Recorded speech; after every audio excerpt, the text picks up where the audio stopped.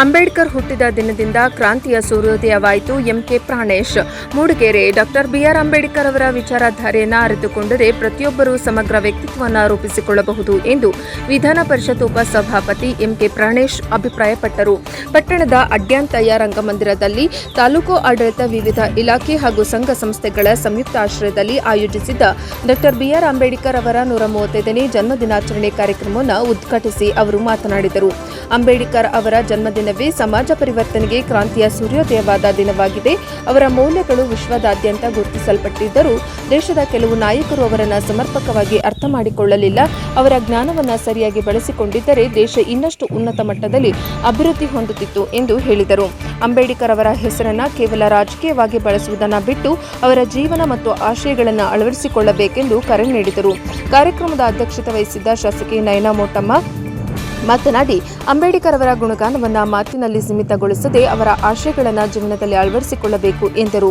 ತಾನು ಮೀಸಲು ಕ್ಷೇತ್ರದಲ್ಲಿ ಶಾಸಕಿಯಾಗಿರುವುದು ಅಂಬೇಡ್ಕರ್ ಅವರ ಕೊಡುಗೆಯ ಫಲ ಎಂದು ಅವರು ತಿಳಿಸಿದರು. ಕ್ಷೇತ್ರದ ಜನರ ಭಾವನೆಗಳಿಗೆ ಸ್ಪಂದಿಸುವ ಮೂಲಕ ಅವರ ಆಶಯಗಳನ್ನು ಪಾಲಿಸುತ್ತಿರುವುದಾಗಿ ಹೇಳಿದರು. ಕಳೆದ 20 ವರ್ಷಗಳಿಂದ ಸಾಧ್ಯವಾಗದ ನಿವೇಶನ ವಿತರಣೆಯನ್ನು ಕೈಗೊಂಡಿದ್ದಾಗಿ ತಿಳಿಸಿದ ಅವರು, ಆರ್ಥಿಕ ಮತ್ತು ಸಾಮಾಜಿಕ ನ್ಯಾಯ ಸಾಧಿಸಲು ಮಕ್ಕಳಿಗೆ ಉತ್ತಮ ಶಿಕ್ಷಣ ಒದಗಿಸುವುದು ಅತ್ಯವಶ್ಯಕ ಎಂದು ಹೇಳಿದರು. ಈ ಸಂದರ್ಭದಲ್ಲಿ ಪತ್ರಕರ್ತ ಎನ್ ರವಿಕುಮಾರ್ ಅವರು ಅಂಬೇಡ್ಕರ್ ಅವರ ಜೀವನ ಚರಿತ್ರೆ ಕುರಿತು ಉಪನ್ಯಾಸ ನೀಡಿದರು. ವಿವಿಧ ಕ್ಷೇತ್ರಗಳಲ್ಲಿ ಸಾಧನೆ ಮಾಡಿದ ಸಾಧಕರನ್ನು ಸನ್ಮಾನಿಸಲಾಯಿತು. ಕಾರ್ಯಕ್ರಮದಲ್ಲಿ ಬೆಳೆಗಾರರ ಸಂಘದ ಅಧ್ಯಕ್ಷ ಬಿಆರ್ ಬಾಲಕೃಷ್ಣ, ಪಟ್ಟಣ ಪಂಚಾಯಿತಿ ಮಾಜಿ ಉಪಾಧ್ಯಕ್ಷ ರಮೇಶ್ ಹೊಸಕೆರೆ, ಮಾಜಿ ಸದಸ್ಯ ಹಂಜಾ, ಜಿಲ್ಲಾ ಕೆಡಿಪಿ ಸದಸ್ಯ ಸುಧೀರ್ ಚಕ್ರಮಣಿ, ತಾಲೂಕು ಸದಸ್ಯರಾದ ಕುನ್ನಳ್ಳಿ ರವಿ, ಹರೀಶ್ ಸಬ್ಬೇನಹಳ್ಳಿ, ಡಿಎಸ್ಎಸ್ ಜಿಲ್ಲಾಧ್ಯಕ್ಷ ಸುಂದರೇಶ್ ಹೊಯ್ಸಳಲು, ತಹಶೀಲ್ದಾರ್ ಎಸ್ ಅಶ್ವಿನಿ, ಸಮಾಜ ಕಲ್ಯಾಣಾಧಿಕಾರಿ ಸೋಮಶೇಖರ್, ಸಿಪಿಐ ರಾಜಶೇಖರ್ ಸೇರಿದಂತೆ ಅನೇಕರು ಉಪಸ್ಥಿತರಿದ್ದರು. ವರದಿ ಪ್ರಕಾಶ್ ಬಕ್ಕಿ, ಎನ್ಕೆಎಸ್ ಟಿವಿ4 ಮೂಡಿಗೆರೆ. ಇದಕ್ಕಿಂತ ಮುಂಚಿತವಾಗಲೂ ನಾನು ರಾಜಕಾರಣಕ್ಕೆ ಪ್ರವೇಶ ಆದಾಗ ಸಾಕಷ್ಟು ಹಳ್ಳಿಗಳಲ್ಲಿ ಡಾಕ್ಟರ್ ಬಾಬಾ ಸಾಹೇಬ್ ಅಂಬೇಡ್ಕರ್ ಜಯಂತಿನ ನೋಡಿದ್ದೀನಿ, ಸಂಭ್ರಮಾಚರಣೆಯಲ್ಲಿ ಭಾಗವಹಿಸಿದ್ದೀನಿ, ಸಾಕಷ್ಟು ಭಾಷಣಗಳು ಮಾಡಿದ್ದೀನಿ. ನನಗೆ ಈ ಥರ ವೇದಿಕೆಗಳು ಸಿಕ್ಕಿದೆ. ನನಗೆ ಬರ್ತಾ ನನಗೆ ಯಾಕೆ ಯೋಚನೆ ಆಯಿತು ಅಂದರೆ, ನಾನು ಇತ್ತೀಚಿನ ದಿನಗಳಲ್ಲಿ ನನಗೆ ಕೇರಳ ಚುನಾವಣೆಗೆ ನನಗೆ ನೇಮಕ ಮಾಡಿದಾಗ ಪಕ್ಷದಿಂದ ನನಗೆ ಕೊಟ್ಟಿದ್ದು ಮೀಸಲು ಕ್ಷೇತ್ರ. ತುಂಬ ಜನಕ್ಕೆ ಅದು ಗೊತ್ತಿಲ್ಲ. ಆದರೆ ನನಗೆ ಮೀಸಲು ಕ್ಷೇತ್ರಕ್ಕೆ ನನಗೆ ಉಸ್ತುವಾರಿ ಕೊಟ್ಟಿದ್ರು.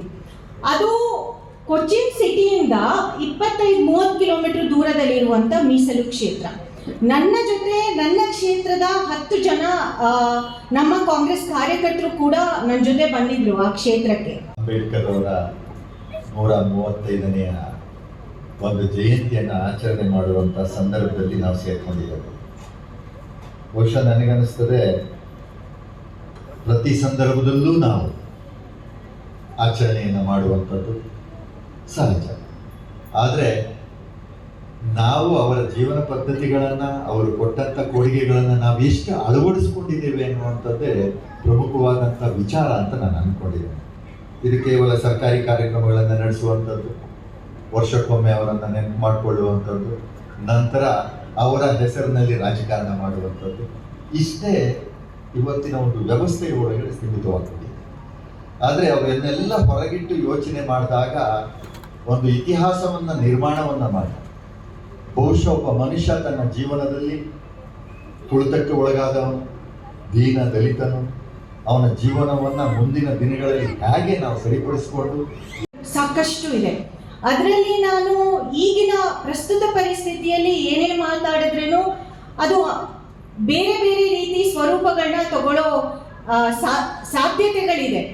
ಆದರೂ ನನ್ನನ್ನು ಇಷ್ಟು ವರ್ಷಗಳಲ್ಲಿ, ಯಾಕಂದರೆ ಇದು 3ನೇ ವರ್ಷ ಮುಗಿತಾ ಬಂತು, ತಿಳ್ಕೊಂಡವರು ಚೆನ್ನಾಗಿ ಗೊತ್ತಿದೆ. ನಾನು ಏನೇ ಮಾತಾಡಿದ್ರೇನು ನೇರವಾಗಿ ಮಾತಾಡ್ತೀನಿ, ಹಿಂದೆ ಮುಂದೆ ಮಾತಾಡುವಂಥ